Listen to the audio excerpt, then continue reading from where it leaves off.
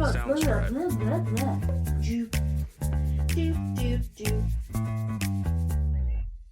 Hi, welcome back, or welcome to my channel. My name is Liz, and I am so excited today because we are finally reaching above about 40 degrees here where I'm at, which I am thrilled about. So, with that means that I needed to sit and find some books that were really good for winter. So, we're going to be talking about some winter book recs today. I am going to break down our book recs today in two categories, okay? So, category one, books that feel like winter, right? So these are books that may have snow in them, maybe dark, maybe just cold, and I don't know, they make you feel like you need to snuggle up, have a cup of hot cocoa, a cup of hot coffee, and just be really, really warm, right? So let's jump into those.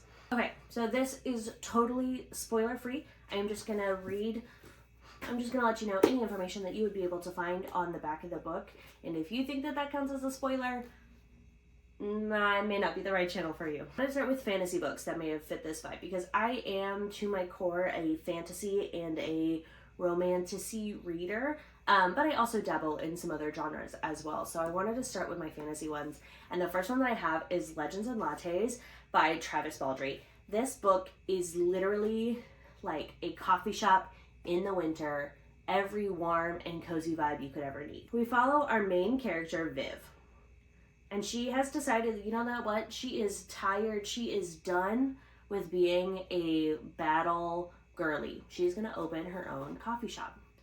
And through that, she wants to just really focus in on that and be the best coffee shop owner that she can be.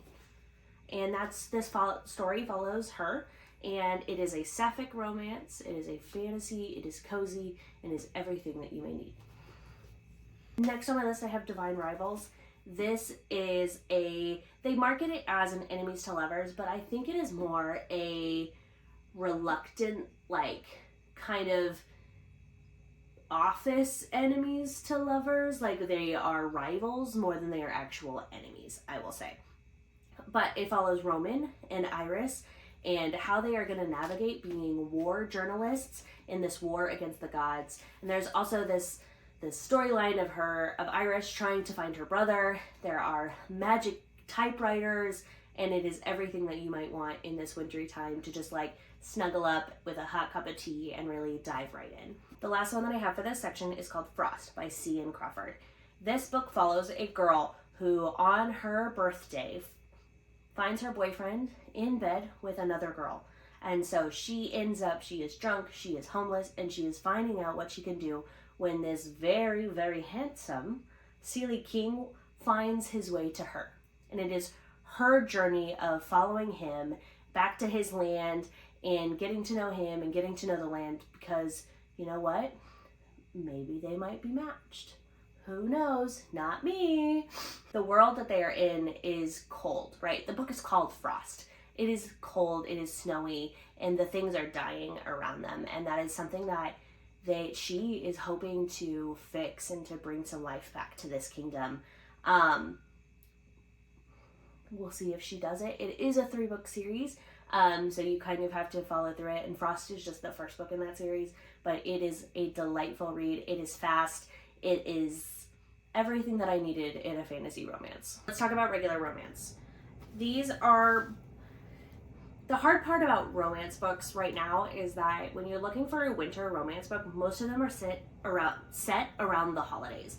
And I'm not looking for books that are set around the holidays. I want a book that I can cozy up to in January or February to fight those winter blues. And I don't want to read about Christmas when it's like not even that close. So here are some that don't necessarily give me like snowed in winter vibes, but like make me think about winter, if that makes sense. The first book that I have is Love at 350. So before I jump into this is a sapphic romance that is kind of like an ice queen and sunshiny character. It takes place on a cooking show. The FMCs are older, which I love. I love that they're not like, 19. They're not early 20s. Like, these are women who are living their lives and finding love.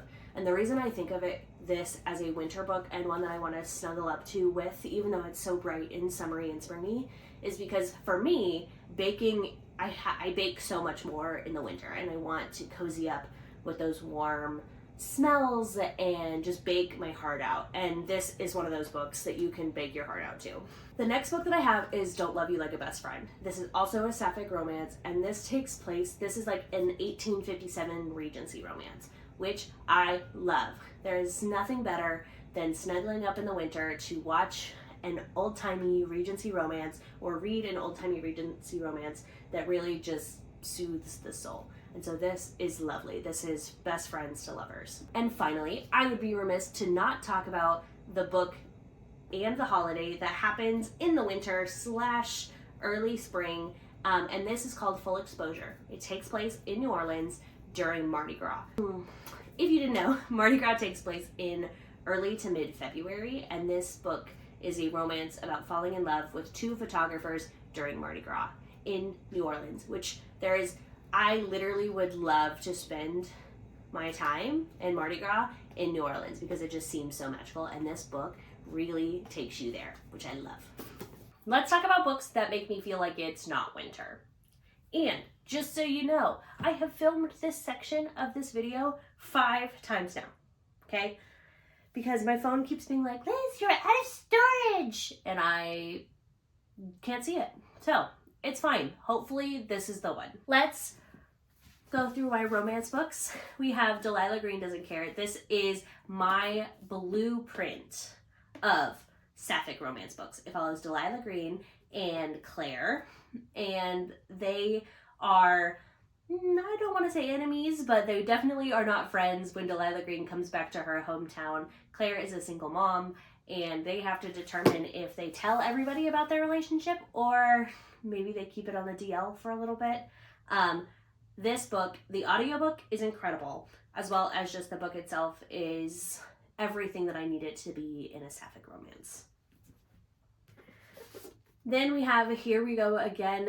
This is childhood best friends to rivals to having to share a minivan as we travel across the country to help our old teacher's final dying wish.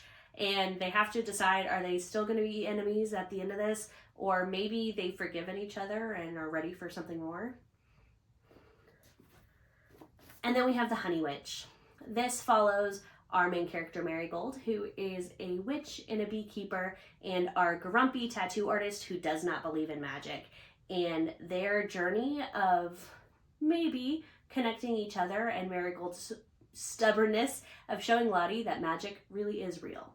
This book is springtime wrapped in some pages. It is flowers, it is sunshine, it is everything. Her name is Marigold. Like, it is everything that I need when I am trying to forget that it is snowing outside. Now let's move on to some fantasy recs that make me think of anything but snow. I love when it's cold outside and, there's the first snow of the season and all of the social media pages for zoos are posting all of the animals getting to play in the snow and see snow for the first time. And it's so cute and so precious. And I also love when, they get to go outside when it's springtime and enjoy the sunshine. Anyways, all of that to say that The Phoenix Keeper takes place at a fantasy zoo. And it follows our main character, Isla, who is, her biggest dream is to be the Phoenix's keeper, which is the bird. And she gets that dream, but then something goes wrong. And she has to find her journey through love, as well as maybe keeping a species alive and trying to find herself in her job, in her life, and everything that comes with. This book is so delightful. Then we have The Yasad Heir. This book I could not get enough of. I read this book, and she's not a thin book. I read this book in one sitting. It is a debut novel, and I am so ready for the second book. Oh my goodness. It takes place in this Egyptian-inspired world where our main character has to compete in these trials as a champion while also hiding her identity from the prince. And there is a touch of what could be romance. But this, like I said, this is the first book in the series, and we don't even have the second book yet. But this book was warm and cozy and scary and funny and everything I need to forget that it's really gross and icky outside in the world right now. And this is one that I wanted to dive into. And maybe I'm gonna reread this one before the next one comes out. And then we have The City of Brass. This trilogy is completed, so it is a completed trilogy, and it is one of those trilogies that I compare every other fantasy book that I read to. This book takes place in what we can assume or we build in our minds as like a Middle Eastern fantasy, folklore, culture, and we get to follow our main character and her journey of finding out that she has magic and then maybe saving the world that she has now been forced on that she didn't grow up in. And the FMC is super strong, and she knows who she is, and she knows what she wants, and she doesn't want to forget about where she came from. And our MMC, the only way that I can describe him is he kind of gives like Spencer Reed vibes from Criminal Minds. Like, he is nerdy, he is funny, he doesn't know how to act around her, but also he is like super strong, knows how to battle, and knows exactly what he's doing. So yeah, this trilogy is incredible, and I could not get enough of it, and if I could read this book again for the first time, I absolutely would. That is all I have for you today. I hope you can choose a new book to snuggle up to and this winter, and I hope that wherever you are, you either have sunshine or you are enjoying the snow. Please like, subscribe, share, leave a snowflake in the comments, and tell me all of the inner thoughts that you have. Take care of yourself, stay warm, and I'll see you next time. Subscribe.